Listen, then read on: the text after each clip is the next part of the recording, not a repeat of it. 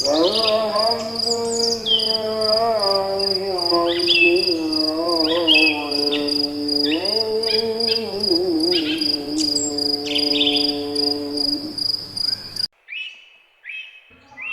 Jadi Islam mengatur dengan sangat sederhana sebenarnya ya konsep-konsep hidup sehat itu sekalian. Dan kalau kita lihat Indonesia ya, Indonesia ini kaya banget dengan rimpang. Ya, rimpang itu apa? Oh sebentar, saya mau ceritain.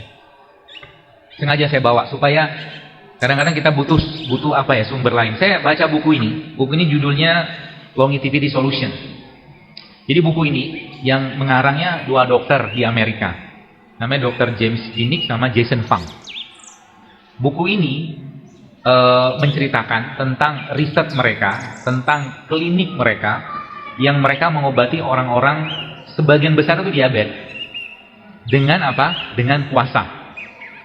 Dan puasa yang mereka pakai itu puasa-puasanya Islam. Daud dia sebutnya alternate day fasting. Puasa Daud, kemudian dia 5-2 fasting. 5-2 fasting itu 5-2, berarti Senin Kamis. Kemudian 3 days a month. Dan yang menariknya, banyak orang-orang yang, ini ada testimoninya, di sini juga ada, ini versi Indonesianya. Complete Guide of Fasting. Panduan hidup sehat berpuasa. Jadi ada orang yang 20 tahun pakai insulin, bisa bebas insulin dengan berpuasa. Masya Allah. Itu saya katakan, umat Islam ini harusnya kita menjadi umat yang paling sehat sebenarnya. Kalau ngikutin sunnahnya Nabi gitu loh. Lagi waktunya puasa, nggak usah makan banyak. Atau nggak usah makan sekalian. Waktunya makan, ya makan.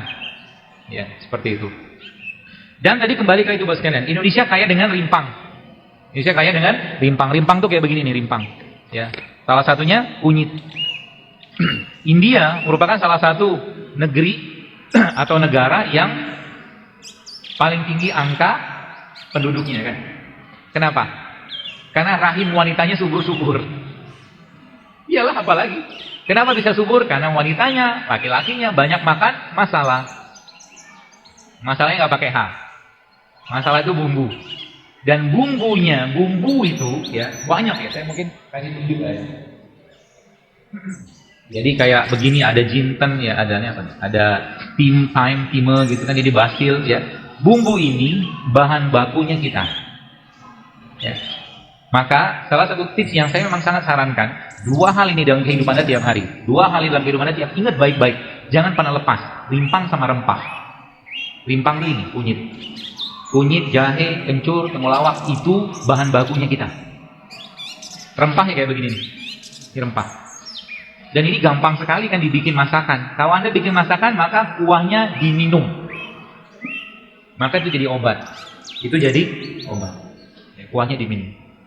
Dan ibu-ibu mulai sekarang, saran saya, kalau Anda pengen menyehatkan keluarga, khususnya suami di rumah, maka jangan kasih santan ke suami mulai sekarang. Kalau Anda pengen kasih santan ke suami, maka kasihlah santannya dengan cara kayak begini. Iya. 5 menit lagi. Iya. Air kelapa tua itu, airnya jangan dibuang, diminum ya mulai sekarang ya. Itu bagus sekali untuk kesehatan. Air kelapa tua. Jadi bapak-bapak, ibu-ibu yang edisi lama itu maksudnya yang akhirnya tahun 50 gitu. Pentium 1, Pentium 2, Pentium 3 lah.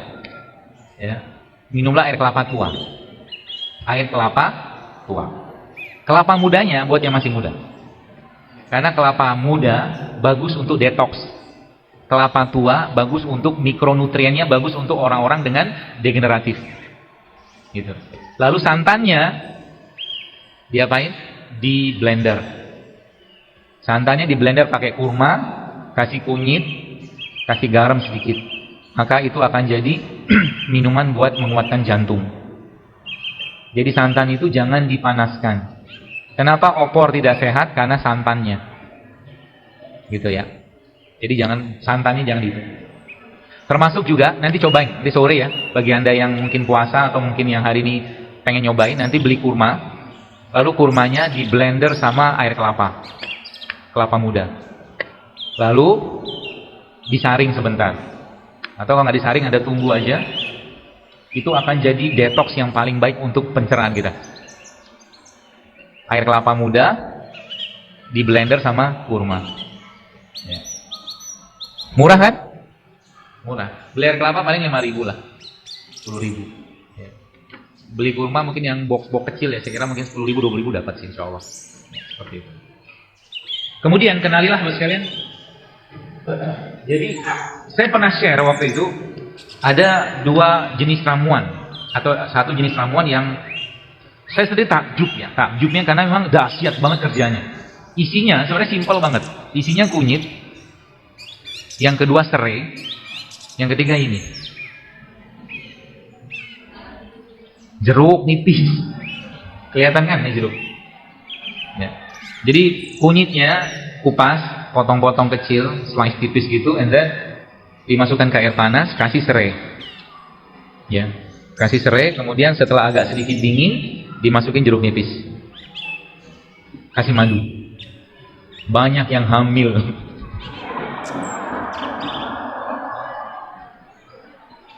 Banyak yang hamil gara-gara itu. Terus nanti yang sudah tua gimana, jadi hamil juga? Ya enggak juga lah, udah menopause mau diapain? Ya. Karena 3 jenis bahan tadi itu mengandung antioksidan yang luar biasa. Bapak-bapak kalau minum itu coba aja lihat, kemampuan vitalitas Anda akan insya Allah meningkat. Luar biasa. Sampai nanti istrinya akan mengatakan seperti ini. Jadi deh. Lanjut. Oh lanjut. Istrinya akan bilang, Papa harus berbagi kebahagiaan ini kepada wanita lain.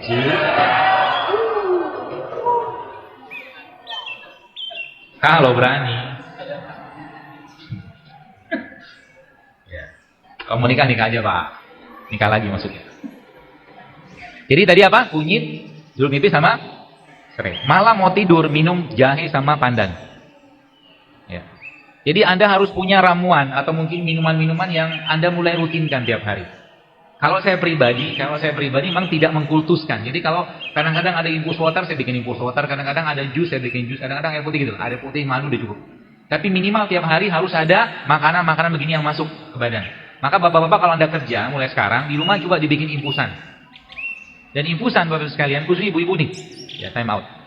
1 menit lagi. Infusan, hati-hati dengan beberapa jenis rempah. Contoh, kayu manis. Kayu manis itu dia bisa menurunkan gula darah dengan cepat. Jadi kalau ibu-ibu atau bapak-bapak nginfus pakai kayu manis, habis minum itu keliengan, stop. Kemungkinan gula darah Anda turun. Ya. Jadi setiap sayuran atau rempah itu, atau rempah terutama, dia punya karakter sendiri. Ya. Punya karakter sendiri. Maka jangan kita. Jadi kalau memang nggak cocok jangan makan. Banyak pertanyaan. Ya, nggak cocok, jangan dimakan. Ya. Dan mulai sekarang pahamilah tubuh Anda, komunikasilah tubuh Anda, berkomunikasilah dengan tubuh Anda lebih sering dan lebih intens. Ya. Kalau lagi sakit jangan langsung minum obat herbal sekalipun, nggak usah. Mungkin Anda butuh istirahat, mungkin Anda butuh tidur, mungkin Anda cuma butuh air putih, mungkin Anda butuh cuma air hangat, mungkin cuma butuh madu. Nggak usah langsung makan obat. Ya. Apalagi nanti ya, terakhir ini. Terakhir. Banyak orang bilang herbal itu kerjanya lama. Baik, saya ceritakan rahasianya. Dalam satu kunyit ini Bapak sekalian, banyak sekali bahan aktifnya. Dan bahan aktif pada kunyitnya atau rimpang kayak begini itu kuantitinya itu dikit banget. 0,00 sekian gitu. Tapi banyak dia. Satu kunyitnya mungkin ada sekitar 10-20 lebih jenis bahan aktifnya di sini ya, selain kurkuminnya. Maka ketika orang itu sakit, ketika orang itu sehat, dalam kondisi sehat, si bahan-bahan tadi itu patroli, membersihkan, ginjal dibersihkan, lambung dibersihkan, darah dibersihkan. Oke? Dalam kondisi sehat, maka tubuhnya sudah terbiasa dengan ini. Dan dalam kondisi dia sakit, orang itu sakit, maka beliau ini kerjanya spesifik. Kalau yang tadi membersih-bersihkan, yang ini langsung dia perannya memperbaiki kondisi tak seimbang. Maka sering saya sampaikan, kalau Anda sudah biasa hidup sehat, jangan di-cheating. Ya, sebab apa? Nanti imbasnya apa? Imbasnya kalau sering banget cheating, dia tidak akan bisa banyak berperan. Contoh, kalau saya pusing kadang-kadang saya cukup minum jahe, kasih madu, kasih garam sedikit, sudah hilang pusingnya. Karena badannya relatif bersih dan si jahenya tadi langsung bertugas di tempatnya gitu. Paham maksudnya ya? Seperti itu. Jadi kalau sudah biasa hidup sehat, jangan jangan dibiasakan untuk tidak sehat.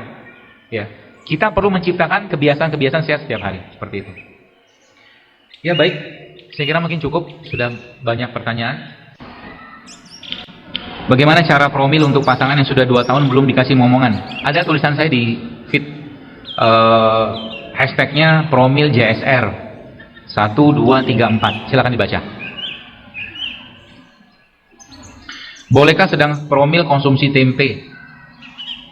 Tak apa-apa, asal tempenya sehat. Karena tempe kan probiotik.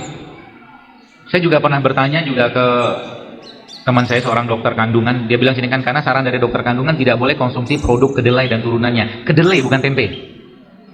Kalau kedelai ya, tempe kan fermentasi. Beda ya. Maka kemarin Bapak Ibu ada sempat baca tulisan saya tentang obat buat kolitis. Ya, itu kan ada kefir. Banyaknya. Banyak yang sakit. Kefir itu kan dari susu. Ya. Sedangkan memang di beberapa kajian saya bilang susu, ya, terutama dairy product itu sebaiknya jangan terlalu sering dikonsumsi. Ya, kecuali memang organik ya, organik, susunya organik atau susu sapinya organik, nggak masalah. Al-Quran dan hadis memang jelaskan tentang itu. Ya, tapi kita butuh itunya, apa tuh namanya, susu yang sehat. Silakan makan tempe nggak apa-apa, karena tempe kan fermentasi. Kalau kedelai mungkin perlu dikurangi.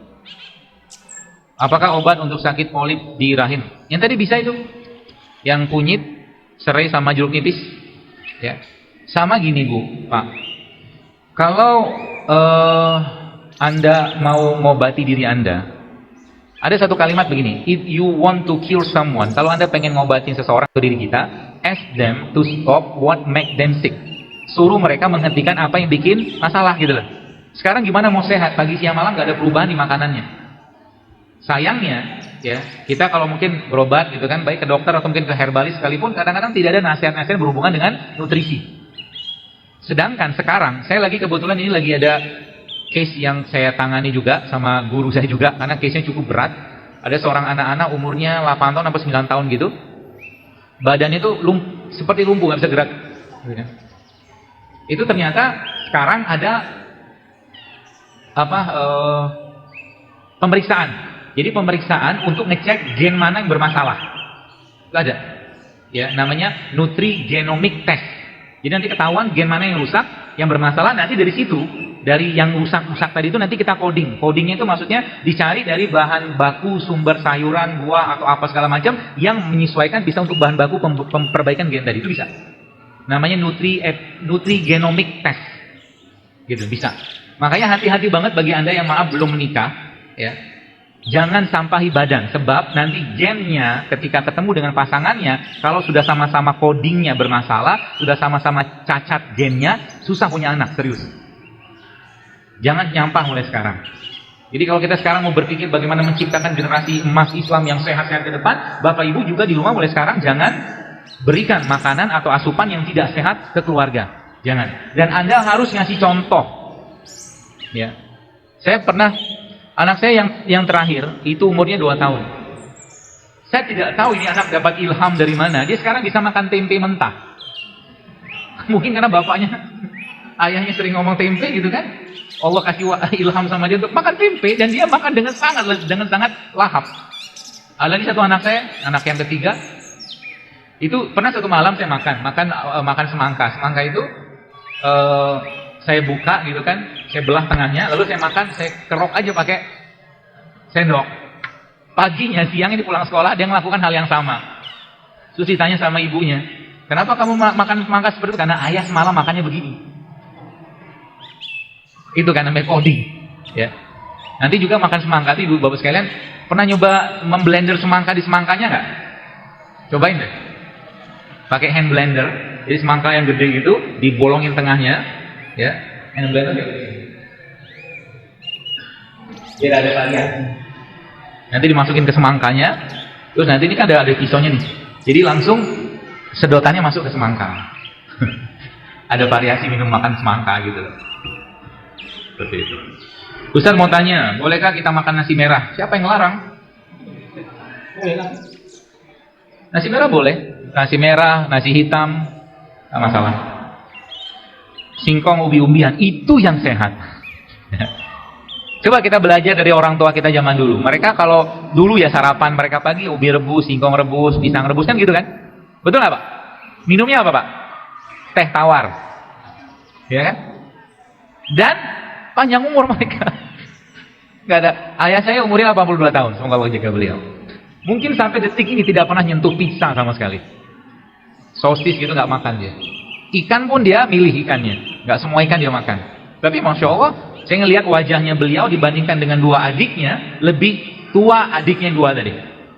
Padahal dia paling tua sekarang. Ya, karena emang sering dia bercanda, ya ketawa gitu loh, asik. Saya sudah menghindari nasi dan gula sejak pasca stroke, makan jus pisang, pepaya, dan sereal setiap hari. Pertanyaannya, suplemen yang terbuat dari buah-buahan dan sayuran, ada merek tertentu sebutin, saya nggak sebutin, dan bahkan tanaman organik itu bagus nggak? Kalau bahan bakunya kedelai jangan. Kalau saran saya sih, kalau bahan bakunya kedelai jangan, karena kedelai terusnya bagi laki-laki kalau konsumsi terus-menerus kurang baik. Kalau saya ya, kurang saya sarankan. Atau Anda kalau stroke kayak begini, coba makan ini nih. Ya, makan pisang, blender pisang, campurin dengan bawang putih, pisang matang ya, bawang putih dikit aja, ya, kasih madu sedikit, itu akan jadi prebiotik yang sangat sehat, ya, pisang campur bawang putih di blender, ya agak sedikit bau bawang putih nggak apa-apa lah, nanti Anda habis itu minum air serai, air jahe hilang baunya, nggak masalah, itu bisa juga buat sarapan pagi, nanti cobain. Enak dan berkualitas, ya, sehat. Menurut dokter bedah tulang, saya dinyatakan osteoporosis dan diharuskan mengkonsumsi obat-obat tertentu. Apa yang harus saya kerjakan? Tadi, bertanyalah kepada Allah dulu. Bertanyalah kepada Allah dulu. Ya. Maksudnya gimana? Sering kali sekalian, saya mendapatkan banyak orang-orang yang subhanallah, ketika mereka sudah kembali kepada Allah, maka Allah sembuhkan mereka dengan sangat mudah. Dengan sangat mudah.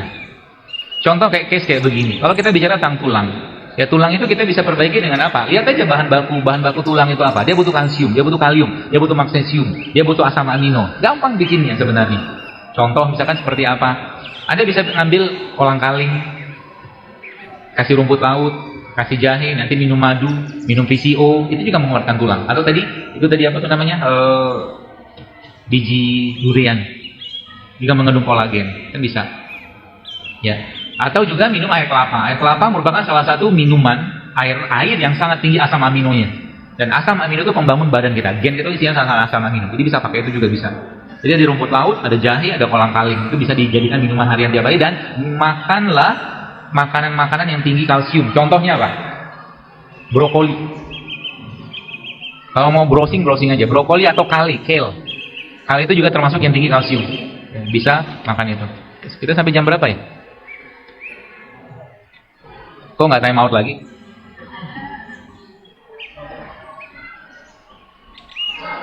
Bagaimana untuk penderita asam urat pengganti sayuran hijau dan kacang-kacangan? Sebab penderita asam urat tidak boleh makan sayur hijau. Setahu saya malah konsensus yang terakhir, ya, orang asam urat itu udah masalah makan. Jadi kalau saya pribadi berpikirnya, banyak masalah kita gara-gara makan kayak beginian ini, ya sayuran atau segala macam hijau-hijau itu gara-gara masalahnya pestisida sebenarnya. Kalau Anda makan sayurnya organik, aman. Gak ada masalah, dalam jumlah yang cukup. Ya, dalam jumlah cukup tidak bulan, insya Allah aman. Tapi kalau seandainya memang Anda perlu dibersihkan dulu badannya, ya salah satu cara yang paling mudah adalah dengan cara di detox. Detox paling gampang dengan cara apa? Rempah. Jadi ada yang asam urat ini, stop dulu yang bikin asam. Yang bikin asam apa? Nasi bikin asam, gula bikin asam, tepung bikin asam, minyak bikin asam. Stop dulu itu semua. Ya, Anda mulai membiasakan makan-makan yang rebusan. Ya, makan-makan yang di steam, dikukus, ya, seperti itu. Apa pengganti gula pasir untuk bikin teh? Nggak usah pakai gula pasir kan, bikin teh nggak apa-apa kan? Teh tawar? Iya kan? Kenapa harus ada kata-kata apa pengganti gitu kan? Kita butuhnya karbohidratnya. Maka Anda minum teh tawar, tapi tehnya bukan teh saset kalau saya. Saya di rumah punya teh. Tehnya teh yang masih bunga-bunga itu, saya minum. Ada teh oolong, ada teh black tea, ada green tea, itu saya minum. Malam mau tidur, enak banget tidurnya jadinya. Ya. Tehnya tawar nggak masalah. Kalau tetap pengen dapat manis, kasih madu. Tapi kalau enggak juga teh tawar, kita makan kurma, manis juga kan? Iya nggak? Dapat karbohidratnya. Termasuk bapak-bapak, kopi itu bagus menekan rasa lapar. Kopi bagus menekan rasa lapar, tapi jangan pakai gula. Jadi pagi-pagi kalau minum kopi, silakan minum kopi, makan kurma sedikit, 7 butir, selesai. Cukup sampai siang nanti itu. Ya, seperti itu. Boleh ganti dengan gula merah, kalau gula merah yang di pasaran enggak. Karena gula merah di pasaran juga dicampur sama gula pasir.